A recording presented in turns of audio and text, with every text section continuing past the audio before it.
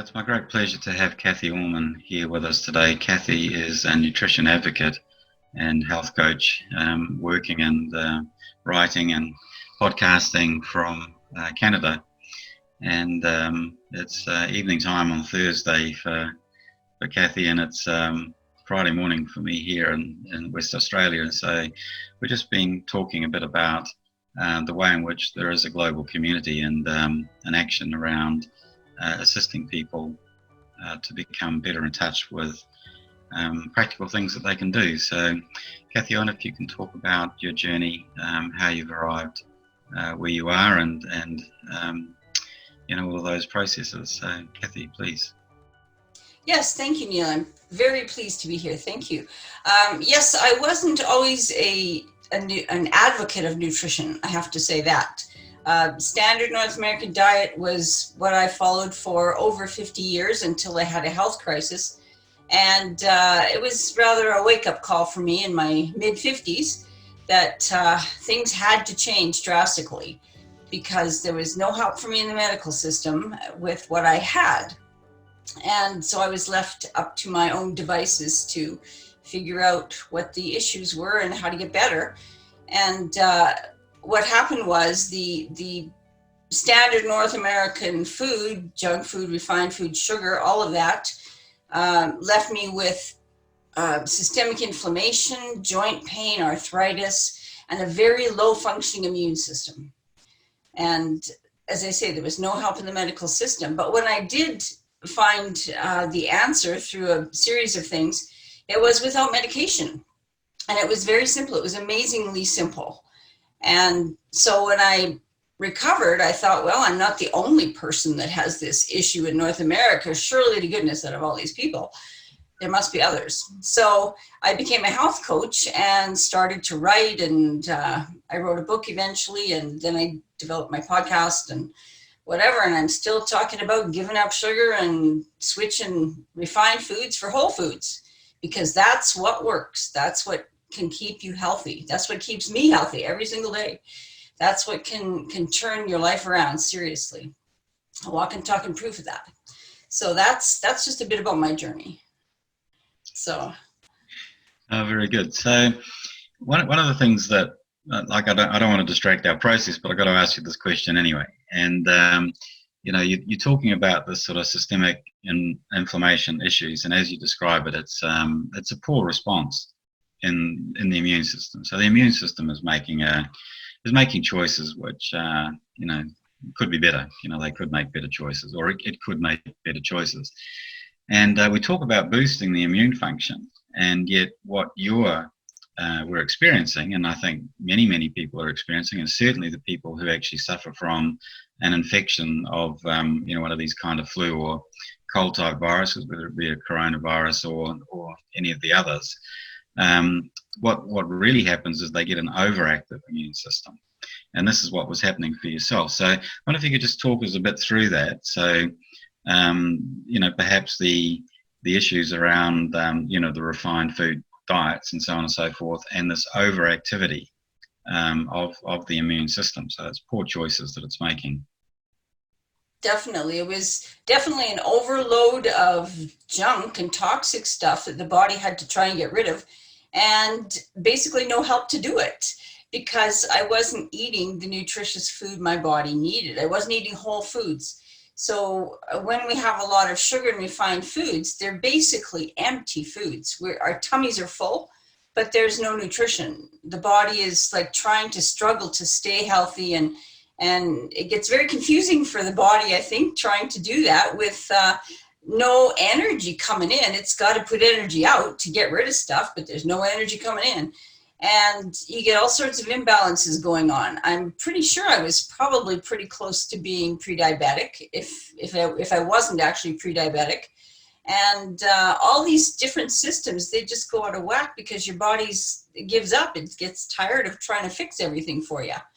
And and it starts to think, well, everything's a germ, right? It attacks everything, right? So yeah, that's what happens. And when you have a low functioning immune system like I did, any virus, a cold virus, is even something that you can't hardly get rid of. I had a cold when I had this health crisis. I had a cold for probably 4 months. You know, it was the longest cold I'd ever had. It was terrible. And when things started to turn around with good food and actual exercise and actual really healthy living instead of, you know, all the junk food, et cetera, then my body started to slowly heal. And it didn't actually take that long. You know, 50 some years worth of toxic stuff going into the body took less than a year really to get it pretty much cleared out. So the body is an amazing biotechnical machine. We just have to take care of it. Mm. It's so amazing. So there's something in there that I think is worth exploring as well, and it's this apparent contradiction. So you're talking about these processed foods as being empty foods. So you've got a full stomach, but you've got no nutrition, or the availability of the nutrition's not there anyway. You know, and yet, you know, there's a sense that you know, the immune system is not coping as a result of that. So I could just talk a little bit more in there about what these nutrients actually are doing in terms of you know, supporting a way of actually resolving a relatively simple thing like a viral infection that's giving you a cold. Well, the immune system has its own amazing set of organs and tissues and cells and whatever, and there's a lot of different things that go into that, and the immune system cells need to be kept healthy and strong in order to do their job. I mean, it's an amazingly complex system.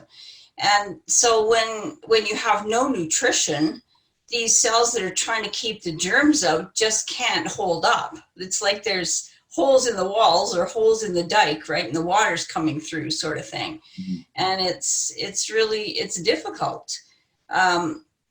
The body needs actual nutrition to build the very cells which keep you healthy. I mean, if you look at what keeps us healthy, it's right down to the very cells of our existence, our trillions and trillions and trillions of cells. That's what we're made of. If those cells are not healthy, we're not healthy. So it's the very basics, and foods with real vitamins and real minerals, not chemicals, will actually feed the cells and keep the cells and the mitochondria of the cells and the lining, all the functioning of the cells. It'll keep them healthy, and it'll keep the cells able to fend off the viruses and the bacteria. Okay.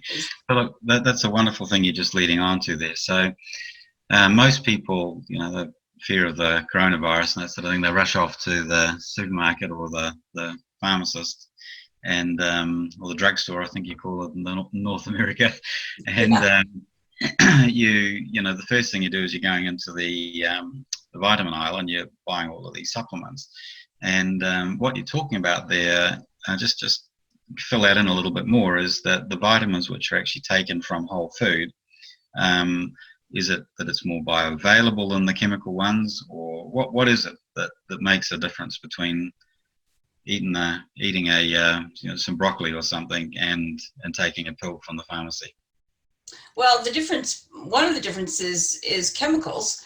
A lot of those vitamins are not from natural sources, they're from chemicals, which, you know, maybe there's a place for that. Maybe we need some chemicals sometimes if we're really in trouble and we need a really fast shot of vitamin C or whatever. Maybe that works. But keep in mind that this whole food system that God and Mother Nature created, it's beyond our understanding how it works. It just does.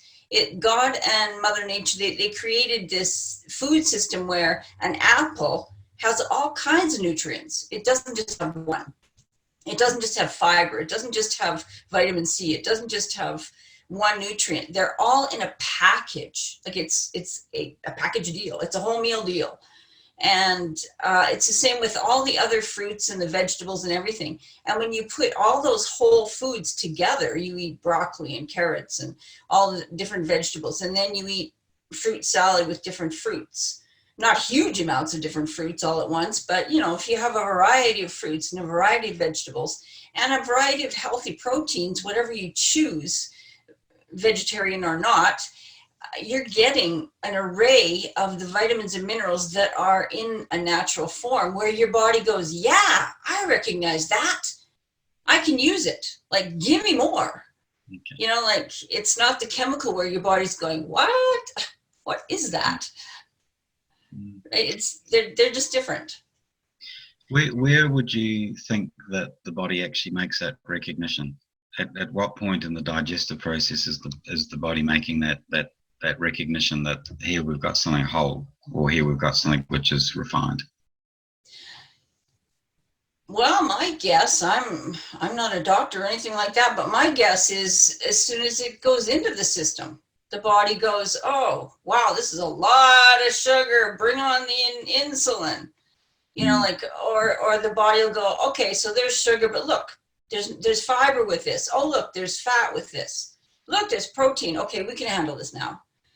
I think it's right from the very beginning, actually. And then as it goes further into your system, the different systems recognize it or not. You know, it becomes, you know, it gets treated like a toxin or not, you know, the further it goes. And some of the things, you know, that may seem healthy to us because of our bioindividuality, by the time it gets to the digestive tract, maybe the digestion's going, are you kidding? Why did you eat this? You know, like, because we're all different, you know, like dairy products would be one thing. Some people can handle them, some can't. You know, I'm in the can't group. And, you know, like other people are like, what's your problem with dairy? And it's like, well, I don't have a problem until tomorrow. When it gets a little further into the system, my system's, you know, talking to me about it. You know, so I think it's all the way along, but initially I believe it's right as soon as you eat it. Yeah, okay. So it's the recognition by the part of the body that's actually in charge of whatever's going on. So if we've got the digestive system and you're looking at those proteins that are, you know, that are coming from the dairy, and the differentiation of those proteins, or perhaps the fats or whatever, it's going to be much deeper in the digestive system, you know, further along the track. Makes sense to me. So it's the recognition by the tissues that are actually engaged in, you know, in the process of evaluating the thing. I'm really interested, you know, in this analysis that's the whole foods. It's that recognition of the package. And you know, there's something else, you know, that divine aspect, or, you know, mother nature aspect, however you want to actually think of it, that component in there too. So before we get too diverted in you know, things that I'm curious about, tell us about what you're seeing, you know, in Canada. What's going on? Like, what are you seeing out the door, if you're allowed out, and you can find your way through the snow? I believe you've got snow there, so. Oh, the snow's melting. We're quite happy about that. It's getting warmer day by day, little by little. Emphasis on the little. Yeah, so we definitely are allowed out, but a lot of people, what I'm seeing is a lot of fear. And fear is another thing that affects the immune system. Fear paralyzes your mind. It paralyzes a lot of things within you. And a lot of people are just really, really fearful. And it stops you actually from taking a realistic look at what's going on and actually doing things that are within your power. You know, when you get into a lot of fear, you give up your power, I believe. And that's where quite a few people are going wrong. It doesn't matter what country they live in. If they're really into a lot of fear and a lot of paranoia, they're not able to make good decisions just because of the fear.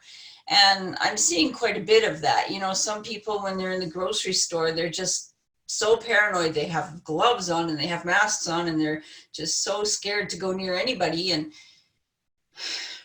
I don't know. I mean, I don't quite feel that way, but, you know, I understand that, you know, there is danger out there. But again, you know, if you follow the medical recommendations, like wash your hands a lot and keep your house clean, stay home, make sure you're doing all the good things, you know, to stay healthy, I think what you put into your body is doing a lot for you. And if you just kind of keep calm and, you know, think it out, think it through, and kind of stop the junk food that's killing your brain and everything else too, then I think you're probably a lot better off. But I think I do believe that we're fortunate that we've been having a heads up about this, and I would have to say people where we live don't seem to be going crazy over it. They don't seem to be really totally off the deep end about it, which I'm thankful for. Although I have to say I have to ignore the fear mongers among them, because that just bothers me. But we're staying home a lot, and we see that our street, which we live on a fairly busy street, it's kind of like a ghost town here. You go out to get your groceries, you fill up your car with gas, you go to the pharmacy if you need to, and that's the end of that. You're home. So.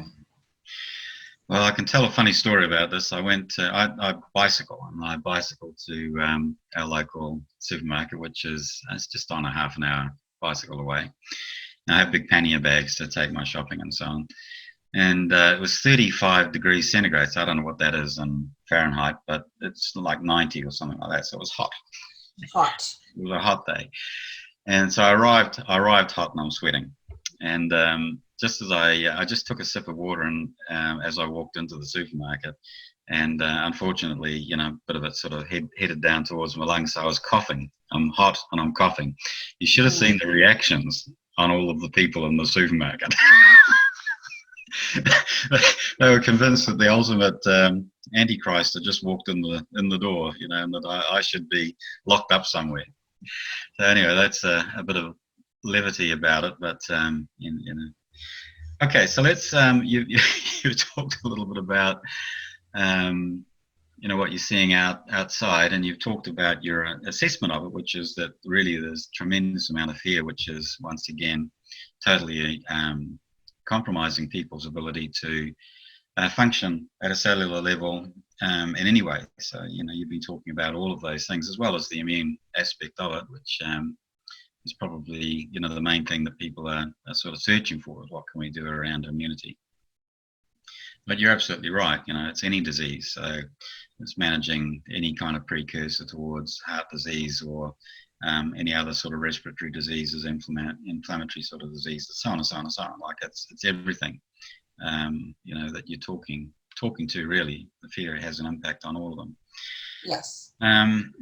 So I just wonder whether you could just talk a little bit about the sort of whole food revolution. Now, obviously, you've got a book that you've written, which I recommend to people, and getting access to your podcast and getting access into your information stream, stuff that you've got to share, because it's really good, practical information.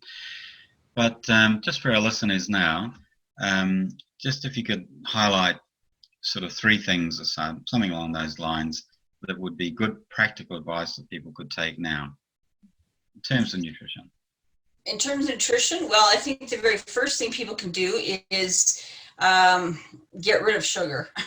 The refined sugar, and I'm not talking about the actual sugar that's in an apple or that sort of thing, but I'm talking about the refined sugars, the sodas and the iced teas and everything else that are loaded with refined sugar. Those things are very, very bad. And anything that is like really super high in sugar, no good. Just if you need some sugar, fine, some honey or some maple syrup or a healthy sweetener in moderate amounts. I'm not totally against sugar. People think I'm totally against sugar, but no, I think, excuse me, I need to get a drink of water here. Sorry.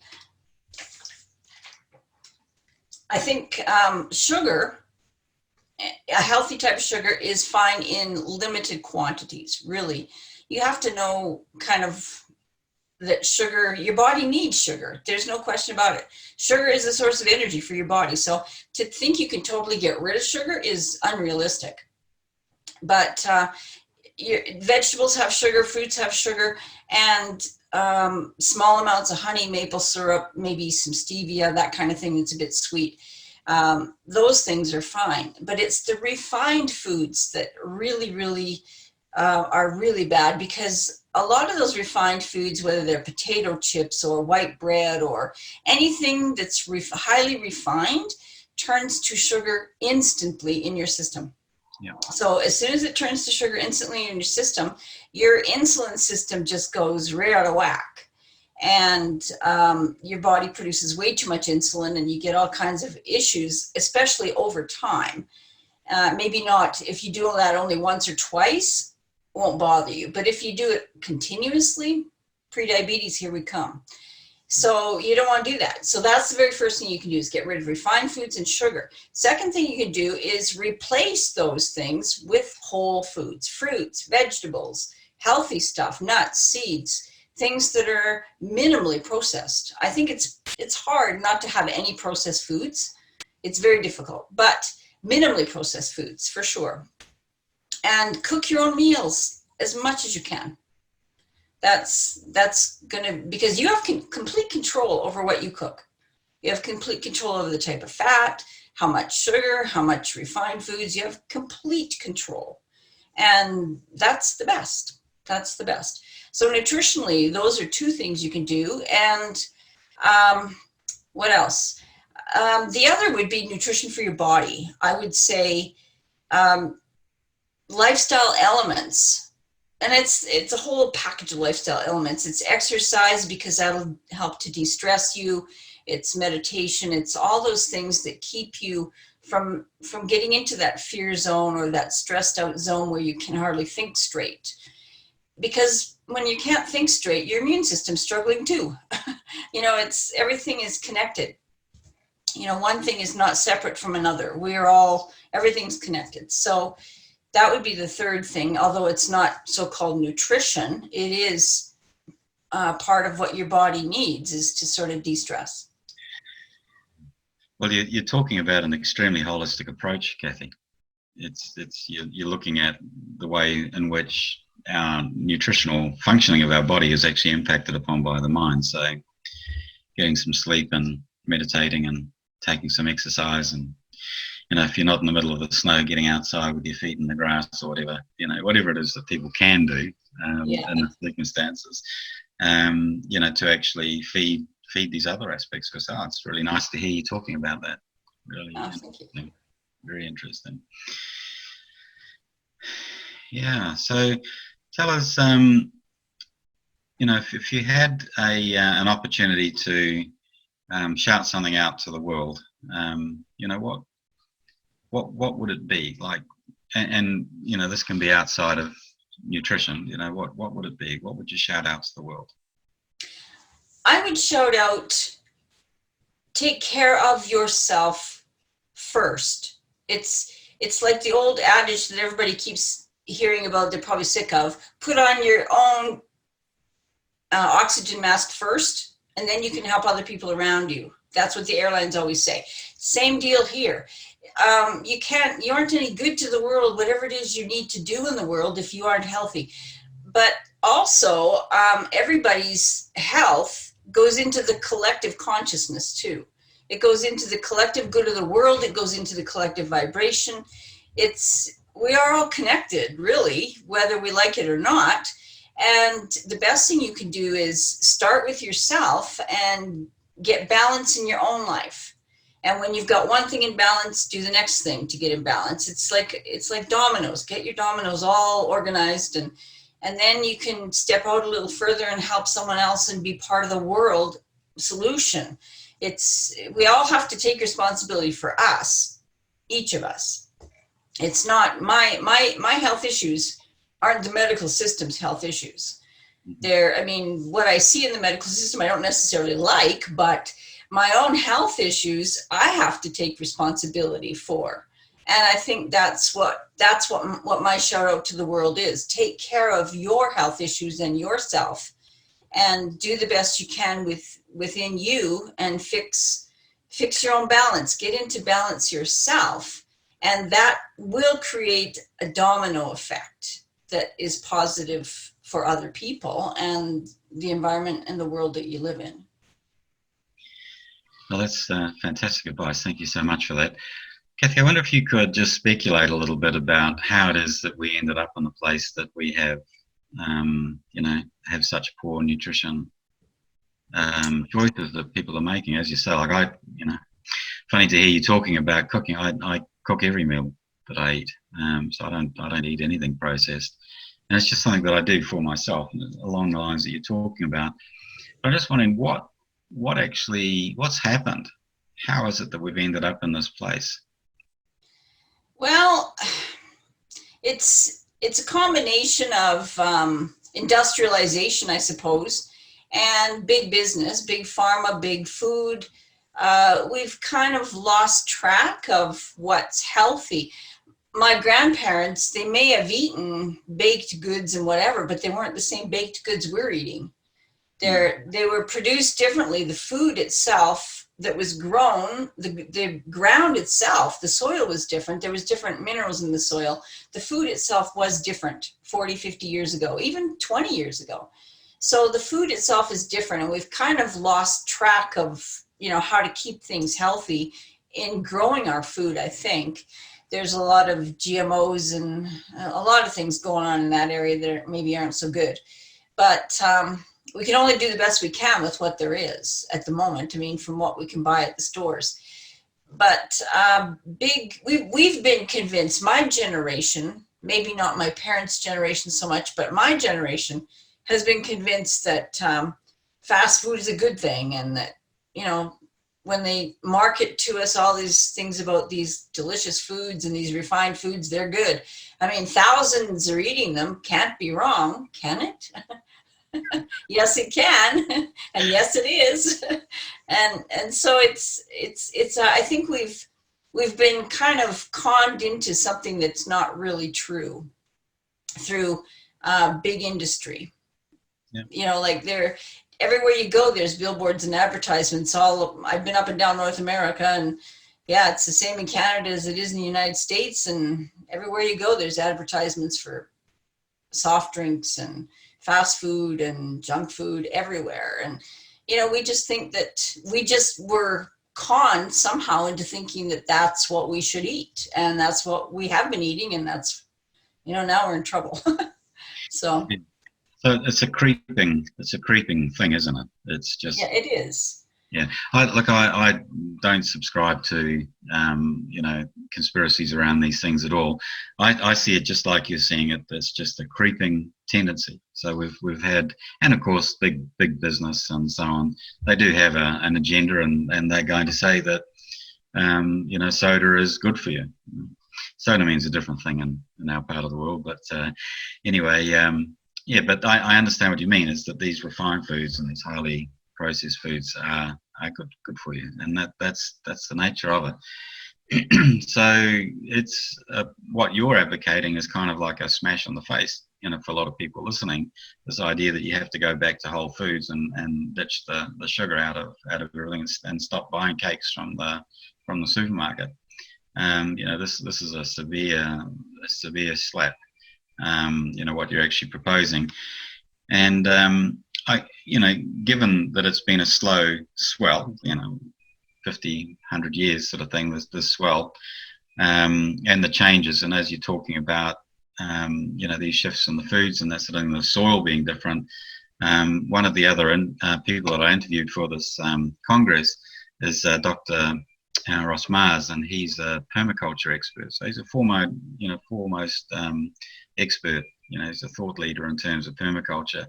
And his message was all around the bacterial communities in the soil. So he was almost uninterested in talking about anything else other than the fact that we just need to actually support the growth of bacteria in our soils. We've got to grow soils. It's all about growing the soils, he's saying.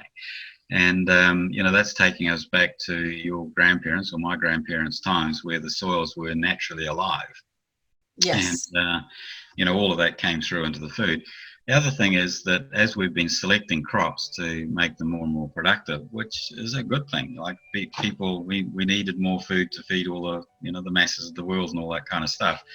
And we needed more protein. So we make our grains higher and higher and higher in protein. So something like wheat, which was 2 or 3% protein 100 years ago, it's now 12, 14%.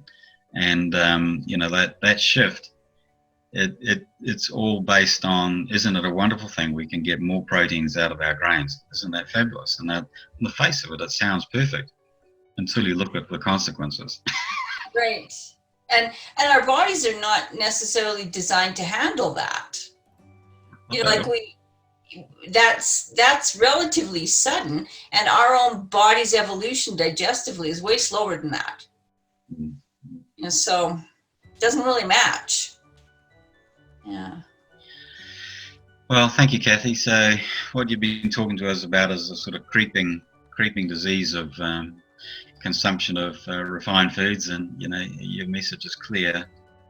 So I really appreciate it, and I urge people to reach out to you through your, the links on your speaker webpage, and that they'll be able to find, and catch a hold of the information that you got to share. So I appreciate it. Thank you so much. Yeah.